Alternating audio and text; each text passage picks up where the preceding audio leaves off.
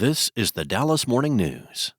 It's Friday, February 21st. Cloudy and a bit chilly this morning. The high will climb to 36 today.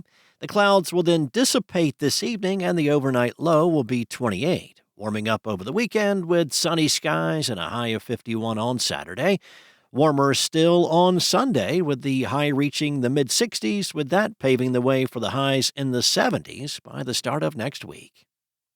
Here are today's headlines. Yesterday, Interim Dallas Police Chief Michael Igo asserted that his officers will help federal authorities arrest anyone wanted for a crime, clarifying a viral remark he made about immigration enforcement after receiving national criticism. Igo read from a prepared statement at Dallas Police Headquarters and said, "The Dallas Police Department continues to fulfill all of its duties and obligations to enforce state and local laws while protecting the constitutional rights of all people." His 5-minute address came as popular conservative figures take aim at the interim chief for a statement he made at a community meeting meant to assuage concerns last week. In a clip aired by CBS 11, Igo is seen telling attendees the Dallas Police Department is not assisting any federal agency on somehow detaining people that are either documented or undocumented in the city of Dallas. The snippet was picked up by national outlets, including Fox News and the Washington Examiner, and was referenced by Libs of TikTok, a conservative social media account with more than 4 million followers on X. In other news, Texas leaders have long touted the state's robust economy and growing population as symbols of the Texas miracle. Yet a handful of recent studies point out a not-so-bright side of the state's economy. Texas might have a personal debt problem. 4 of the state's metro areas, Dallas, Houston, Austin, and San Antonio, are among the most debt-ridden in the country, according to a report by LendingTree. The online lending marketplace examined credit reports from about 210,000 random users from the 1st of April to the end of June last year. Researchers found Austin has the highest non-mortgage debt in the nation. San Antonio came in second, and Houston was third. Dallas had the 6th highest non-mortgage debt. Now, non-mortgage debt includes credit cards and automobile, personal, and student loans. Matt Schultz, chief credit analyst for LendingTree, said in a study that automobile debt plays an outsized role in Texas's personal finance.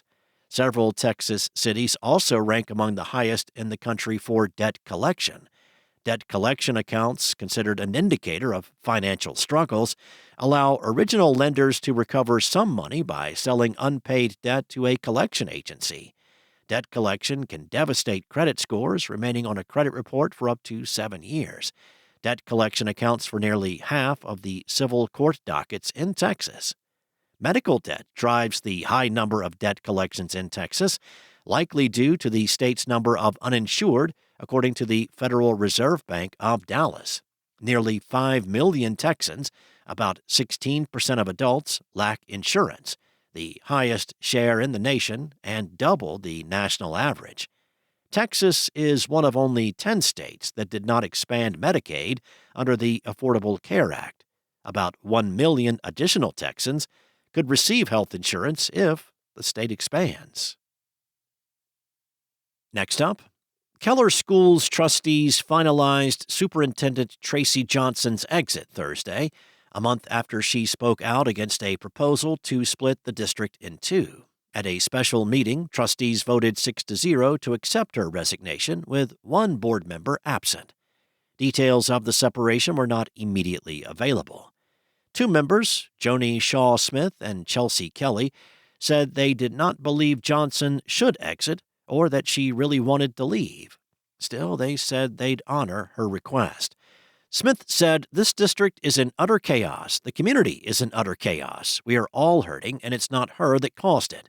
The fact that she was put in a position that she felt was going against her beliefs of what was right and what was good for our students is what led her to this resignation."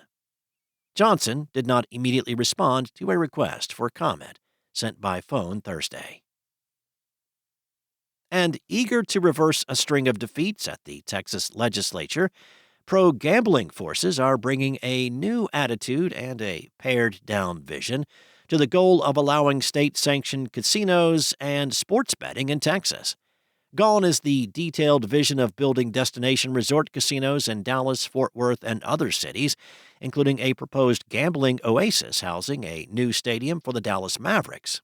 Delayed, for now, are plans to create a sports betting apparatus in Texas, which could have included betting parlors at racetracks and pro sports arenas or partnerships with online betting platforms.